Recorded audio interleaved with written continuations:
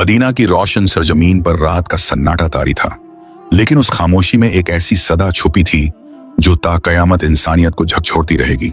ये वही रात थी जब हुसैन इब्ने अली अलैहिस्सलाम अपने दिल में एक दर्द, एक जिम्मेदारी और एक अजीम मिशन लेकर अपने नाना रसूलुल्लाह सल्लल्लाहु अलैहि वसल्लम और भाई इमाम हसन अलैहिस्सलाम की पाक मज़ारों की जानिब बढ़े।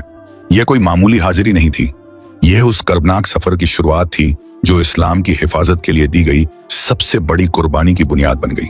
दोस्तों, आज आप एक ऐसे हकीकी वाकये को सुनने जा रहे हैं जो ना सिर्फ तारीख है बल्कि हर जुल्म के खिलाफ हक का अलामत है। एक ऐसा वाकया जो दिल को चीर देने वाला है लेकिन ईमान को रोशन कर देने वाला भी। तो आइए दिल से सुनिए, आंखों से महसूस कीजिए। यह है करबला का सफर, इमाम हुसैन अलैहिस्सलाम की जानिब से हक और इस्लाह का वो मिशन जो हमेशा के लिए ज़मीर को जगाने के लिए काफी है। मदीना की रोशन जमीन पर रात का सन्नाटा छाया हुआ था। इमाम हुसैन अलैहिस्सलाम दिल में एक दर्द, एक जिम्मेदारी और एक महान मिशन लिए खामोशी से अपने नाना हजरत मोहम्मद मुस्तफ़ा सल्लल्लाहु अलैहि वसल्लम और अपने भाई इमाम हसन अलैहिस्सलाम की पवित्र कब्रों की तरफ रवाना हुए। जब आप कब्रों पर पहुंचे तो दुआ की, आंसू बहाए, नमाज अदा की और फिर खामोशी से अपने घर लौट आए। ये रात सिर्फ एक विदाई की हाजिरी नहीं थी, ये एक महान सफर की शुरुआत थी। इमाम हुसैन अलैहिस्सलाम ने मदीना छोड़ने से पहले एक वसीयत लिखी। उसमें आपने फरमाया, मैं मदीना इसलिए नहीं छोड़ रहा हूं कि कोई फसाद फैलाऊं या जुल्म करूं। मैं अपने नाना हजरत मोहम्मद सल्लल्लाहु अलैहि वसल्लम की उम्मत की इस्लाह के लिए अमर बिल मारूफ यानी नेकी का हुक्म देने और नहीं अनिल मुनकर यानी बुराई से रोकने के लिए निकल रहा हूं। मेरा मकसद सिर्फ ये है कि मैं अपने नाना और अपने वालिद अबी तालिब अलैहिस्सलाम की सीरत पर अमल करूं। 28 रजब सन 60 हिजरी की रात इमाम हुसैन अलैहिस्सलाम ने अपने अहले बैत और चंद वफादार साथियों के साथ मदीना से मक्का की तरफ हिजरत की। इस सफर में आपके बेटे, बेटियां, बहनें, भतीजे और जानेसार साथी भी शामिल थे, सिवाय आपके भाई हजरत मोहम्मद बिन हनफिया के जो मदीना में ही रह गए। 5 दिन की मुसलसल यात्रा के बाद 3 शाबान को इमाम हुसैन अलैहिस्सलाम मक्का मुकर्रमा पहुंचे। मक्का में आपका शानदार इस्तकबाल किया गया। अहले मक्का आपके गिर्द जमा होने लगे। आपने काबा शरीफ के करीब मुकीम होकर लोगों को इस्लाम की असली तालीमात से आगाह किया और बनु उमैया के जुल्म और उनकी हुकूमत की हकीकत को उजागर किया। रमजानुल मुबारक की शुरुआत में जब हजरत मुआविया की मौत की खबर कूफा पहुंची तो शियाने अली के दिलों में एक नई उम्मीद जगी। उन्होंने इमाम हुसैन अलैहिस्सलाम को कूफा आने की दावत दी। सबसे पहले कुछ शिया सलमान बिन सूरत खुजाई के घर में जमा हुए और एक खत लिखकर इमाम को कूफा बुलाने की दरख्वास्त की। यह खत अब्दुल्लाह बिन सबीर दानी और अब्दुल्लाह बिन वाल के हाथ मक्का भेजा गया, जो 10 रमजान को इमाम हुसैन अलैहिस्सलाम तक पहुंचा। इस एक खत के बाद कूफा से हजारों खत मौसूल हुए जिनमें लोगों ने बैत का वादा करते हुए इमाम से गुजारिश की कि आप कूफा तशरीफ लाएं और जुल्म व सितम के खिलाफ क़यादत करें। इमाम हुसैन अलैहिस्सलाम ने हालात का जायजा लेने के लिए अपने अजीज और बाइतिमाद चचाजाद भाई हजरत मुस्लिम बिन अकील को कूफा रवाना किया। उन्हें हिदायत दी गई कि वहां के हालात का मुशाहदा करें, लोगों की नीयत और सदाकत का अंदाजा लगाएं और फिर सूरत हाल से आगाह करें। हजरत मुस्लिम बिन अकील 5 शव्वाल को कूफा पहुंचे और मुख्तार बिन अबी उबैदा साकफी के घर कयाम पजीर हुए। जैसे ही शियाने कूफा को उनकी आमद की खबर मिली, वो बड़ी तादाद में मुलाकात के लिए आने लगे। रिवायत के मुताबिक 18,000 लोगों ने जनाब मुस्लिम के हाथ पर इमाम हुसैन अलैहिस्सलाम की नुमाइंदगी में बैत की। उन्होंने यह इतला एक खत के जरिए इमाम को दी। उधर जब यह खबर यजीद को मिली तो उसने अपने मुशीर सरजून के मशवरे से उबैदुल्लाह बिन जियाद को कूफा और बसरा दोनों का गवर्नर मुकर्रर कर दिया। इब्ने जियाद ने भेस बदलकर कूफा में दाखिल होकर दारुल इमारा पर कब्जा कर लिया। उसने लालच, धमकी और फरेब से कूफा के लोगों को डरा दिया, यहां तक कि वो मुस्लिम बिन अकील का साथ छोड़ गए। आखिरकार जनाब मुस्लिम तन्हा रह गए और शहीद कर दिए गए। इसी दौरान यजीद ने एक साजिश के तहत अम्र बिन सईद बिन आमच को हाजियों के लिबास में मक्का भेजा और हुक्म दिया, अगर हुसैन काबा के पर्दों में भी हो तो उन्हें वहीं कत्ल कर देना। जब इमाम हुसैन अलैहिस्सलाम को यह खबर मिली तो आपने 8 जिलहज्जा को हज को उमरा में तब्दील कर दिया ताकि खाना काबा और हज की हरमत पामाल ना हो। उसी वक्त आपको जनाब मुस्लिम का खत भी मौसूल हुआ। कूफा से आने वाले हजारों खत और लोगों की आमादगी के जिक्र के बाद इमाम हुसैन अलैहिस्सलाम ने अपने अहले बैत और असहाब के साथ मक्का को खैरबाद कहा और कूफा की जानिब रवाना हो गए।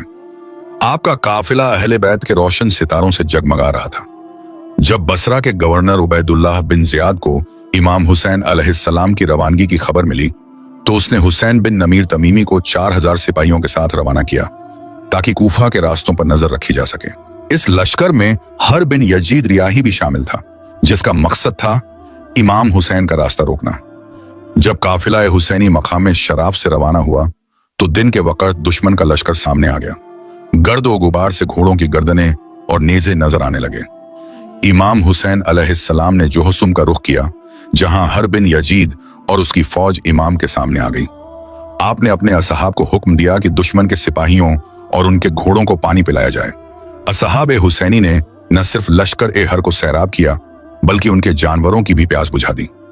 जब काफिला जोहसुम के मकाम पर ठहरा तो इमाम हुसैन अलैहिस्सलाम ने नमाज असर अदा की और फिर अपने खेमे से बाहर आकर लोगों से खिताब फरमाया, ऐ लोगों, अल्लाह से डरो और हक को उसके अहल के लिए करार दो।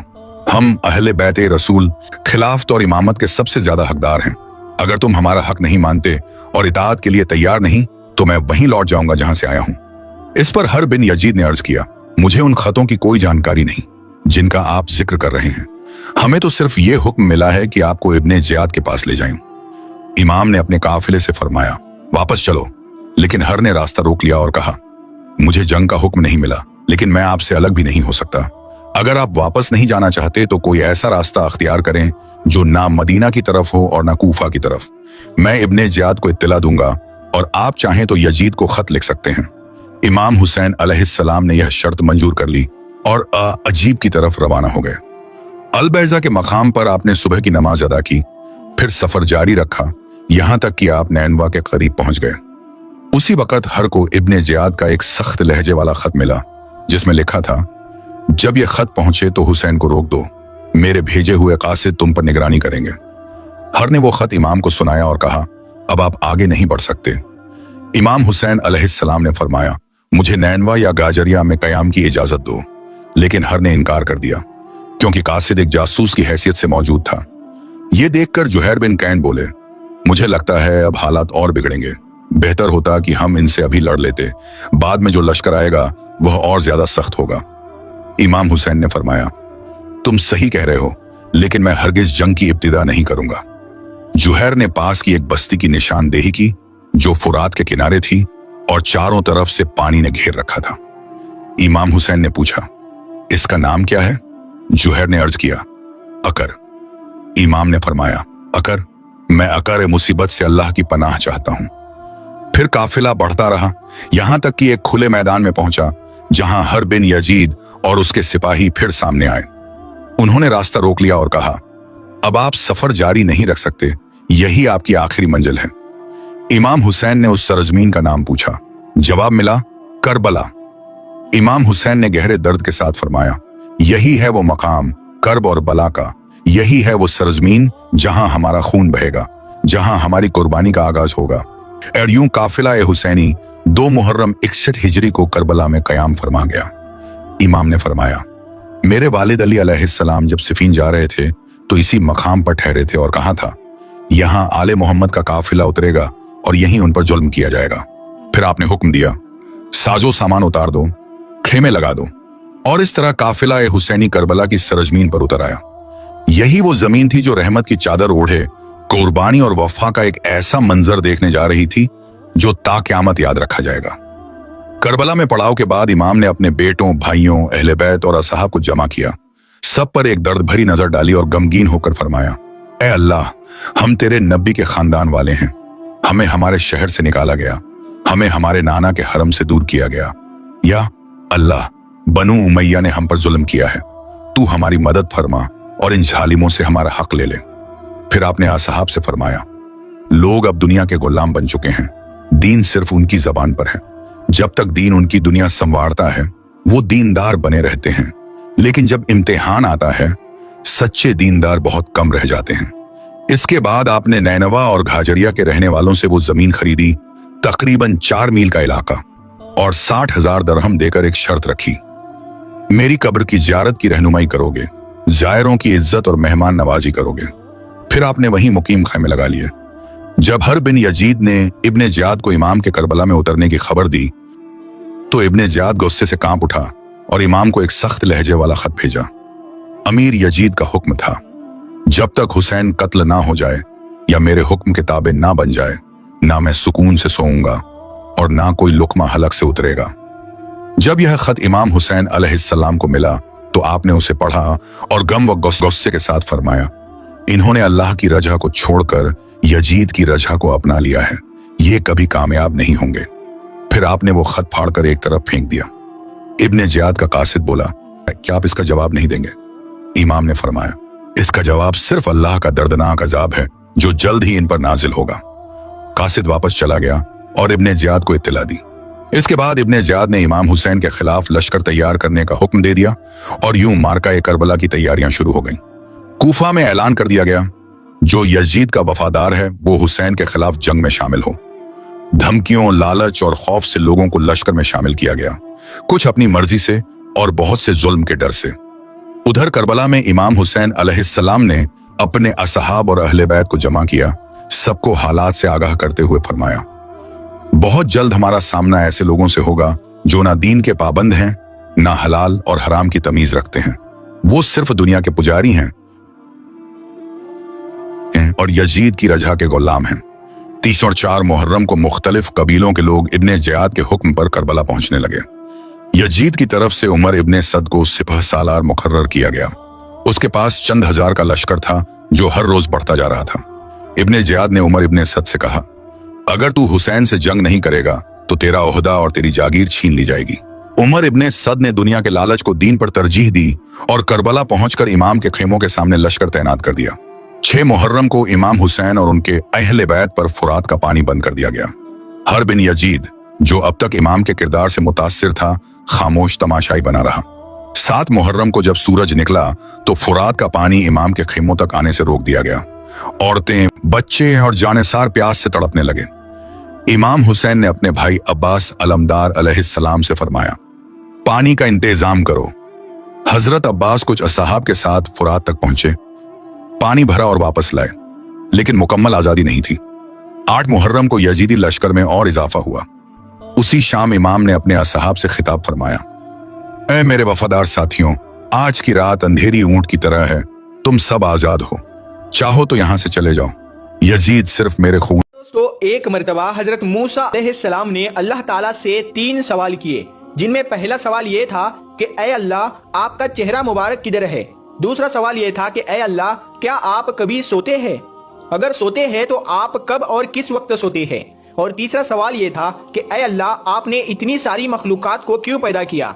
तो दोस्तों, इन तीनों सवालों का जवाब अल्लाह ताला ने हजरत मूसा अलैहिस्सलाम को क्या दिया, वो हम आपको आज की इस वीडियो में बताने वाले हैं, जिसको सुनकर आप लोगों का दिल खुश हो जाएगा और आपका ईमान ताजा हो जाएगा। इसीलिए ये वीडियो आपके लिए बहुत ही खास है। आप इसको आखिर तक जरूर देखें और मेहरबानी करके अपने दोस्तों में शेयर भी कर दें।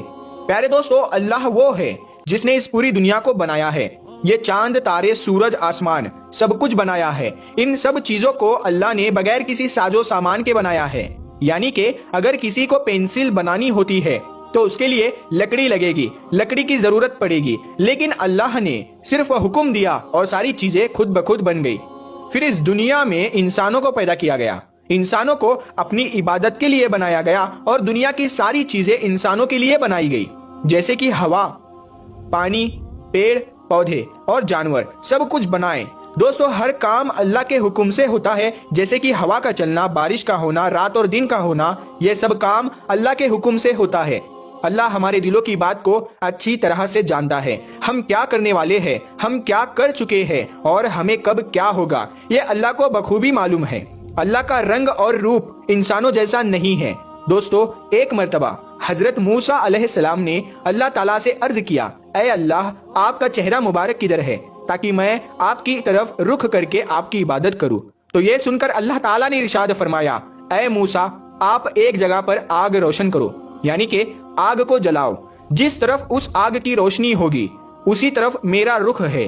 तो दोस्तों, उसके बाद हजरत मूसा अलैहिस्सलाम ने आग को एक जगह पर रोशन किया, यानी कि आग जलाई, और देखा कि उस आग की रोशनी तो चारों तरफ है, یعنی کہ اس کا اجالا تو ہر طرف ہے۔ تو حضرت موسیٰ علیہ السلام نے اللہ سے عرض کیا، یا اللہ اس کا اجالا تو ہر طرف ہے۔ تب اللہ تبارک و تعالیٰ نے ارشاد فرمایا، اے موسیٰ جس طرح سے اس آگ کی روشنی ہر طرف ہے، جس طرح سے اس کا اجالا چاروں طرف ہے، اسی طرح سے میں بھی ہر طرف ہوں، میری روشنی بھی چاروں طرف ہے۔ دوستو اس کے بعد حضرت موسیٰ علیہ السلام نے اپنا دوسرا سوال اللہ تعالیٰ سے کیا اور عرض کرنے لگے، اے اللہ کیا آپ کبھی سوتے ہیں؟ اگر سوتے ہیں تو آپ کب اور کس وقت سوتے ہیں؟ تو اس پر اللہ تعالیٰ نے ارشاد فرمایا، اے موسیٰ آپ ایک پیالے میں پانی بھر کر لاؤ اور اس کے بعد میری طرف متوجہ ہو جائیے۔ اس کے بعد حضرت موسیٰ علیہ السلام نے ویسا ہی کیا اور ایک پیالے میں پانی بھر کر لائے اور اللہ کی طرف رجوع ہو گئے۔ دوستو تھوڑی دیر کے بعد اللہ کی قدرت سے حضرت موسیٰ علیہ السلام کے ہاتھ سے وہ پانی کا بھرا ہوا پیالہ گر گیا۔ تو یہ دیکھ کر حضرت موسیٰ علیہ السلام بہت گھبرا گئے۔ یہ دیکھ کر اللہ تعالیٰ نے ارشاد فرمایا، اے موسیٰ جس طرح سے تھوڑی ہی دیر میں آپ کے ہاتھ سے یہ پیالہ گر گیا ہے، اگر میں تھوڑا بھی اس دنیا کی طرف سے اپنا رخ بدل لوں، یعنی کہ اپنا دھیان ہٹا لوں، تو جس طرح سے تمہارے ہاتھ سے یہ پیالہ گرا ہے اسی طرح سے یہ تمام دنیا تہس نہس ہو جائے گی۔ دوستو اس کے بعد حضرت موسیٰ علیہ السلام نے اللہ تعالیٰ سے اپنا تیسرا سوال کیا اور عرض کرنے لگے، اے اللہ آپ نے اتنی ساری مخلوق کو کیوں پیدا کیا، حالانکہ اس مخلوق سے آپ کو کچھ بھی فائدہ نہیں ہے؟ تو یہ سن کر اللہ تعالیٰ نے ارشاد فرمایا، اے موسیٰ میں نے اتنی ساری مخلوق کو اس لیے پیدا کیا تاکہ یہ مخلوق میری عبادت کرے، مجھ سے مغفرت کی مانگ کرے، جائز خواہشات کے لیے مجھ سے دعائیں کرے اور میں ان کی دعاؤں کو قبول کروں۔ دوستو یاد رکھے اللہ ایک نور ہے، وہ ہمیشہ سے ہے اور ہمیشہ رہے گا۔ اللہ کسی سے پیدا نہیں ہوا ہے، یعنی کہ وہ کسی کی اولاد نہیں ہے، وہ خود سے ہے اور نہ ہی اللہ تعالیٰ کی کوئی اولاد ہے، کیونکہ یہ چیزیں تو اس نے صرف انسانوں اور جانوروں کے لیے بنایا ہے تاکہ اس کی دنیا چلتی رہے۔ دوستو اللہ کو کبھی بھوک نہیں لگتی ہے، نیند نہیں آتی ہے، وہ کبھی تھکتا نہیں ہے، وہ کبھی بیزار نہیں ہوتا، کیونکہ یہ سب باتیں اس نے انسانوں کے لیے بنائی ہے۔ اسی لیے یہ ساری باتیں انسانوں میں ہی ہوتی ہے۔ جو سو جائے، جو تھک جائے اور جس کو بھوک لگ جائے اور جس کی بیوی ہو، جس کی اولادیں ہو، وہ اللہ نہیں ہو سکتا۔ دوستو اللہ بہت رحم والا ہے، بہت معاف کرنے والا ہے، جس کی جتنی تعریف کی جائے وہ کم ہے۔ اللہ تعالیٰ قرآن میں انسانوں کو چیلنج کرتا ہے کہ دنیا کے سارے پیڑ پودوں کو پین بنا لو اور سارے سمندروں کو سیاہی بنا لو اور دنیا کے سارے انسان مل جاؤ اور میری تعریف لکھنا چاہو تو لکھتے جاؤ، لیکن میری تعریف پوری نہیں ہو پائے گی۔ تمہاری سیاہی ختم ہو جائے گی، لکھنے والے انسان ختم ہو جائے گے، لیکن میری تعریف پوری نہیں ہو پائے گی۔ پیارے دوستو اللہ تعالیٰ کہتا ہے کہ میں کیا ہوں، کیسا ہوں، اس کے بارے میں دماغ مت لگایا کرو، کیونکہ تم سوچ ہی نہیں سکتے ہو، کیونکہ تم صرف اتنا ہی سوچ سکتے ہو جتنی میں نے تم کو سمجھ دی ہے، اس کے آگے تم نہیں سوچ سکتے ہو۔ اگر مجھ کو سمجھنا چاہتے ہو تو میری بنائی ہوئی چیزیں دیکھا کرو، جیسے کہ ایک مکھی کو دیکھو جس کو میں نے بنایا ہے، اس کے پنکھوں کو یعنی کہ اس کے پروں کو دیکھو کہ اس کو میں نے کس طرح سے بنایا ہے۔ اگر تم سارے انسان مل کر بھی ایک مکھی کے پر یعنی کہ پنکھ جیسے ہوتے ہیں ویسے کے ویسے بنانا چاہو تو تم دوسرا پر نہیں بنا سکتے ہیں۔ اگر تم ایک انار کا دانہ بنانا چاہو تو انار کا ایک دانہ نہیں بنا سکتے ہو۔ آسمان، سورج، چاند اور ستاروں کو دیکھو جس کو میں نے بنایا ہے، اور تم میری کون کون سی نعمتوں کو جھٹلاؤ گے۔ دوستو اسی طرح سے حضرت موسیٰ علیہ السلام نے ایک دفعہ اللہ سے عرض کیا، اے اللہ تو جب ناراض ہوتا ہے تو کیا کرتا ہے؟ تو اللہ نے ارشاد فرمایا کہ اے موسیٰ میرے ناراض ہونے کی 3 نشانیاں ہیں۔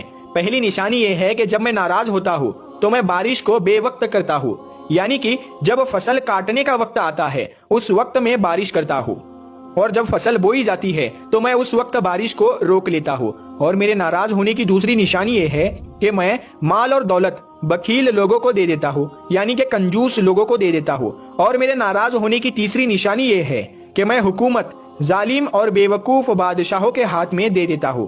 تو دوستو حضرت موسیٰ علیہ السلام نے پھر پوچھا، یا اللہ پھر آپ کے راضی ہونے کی کیا کیا نشانیاں ہیں، یعنی کہ جب آپ خوش ہوتے ہو تو کیا کرتے ہو؟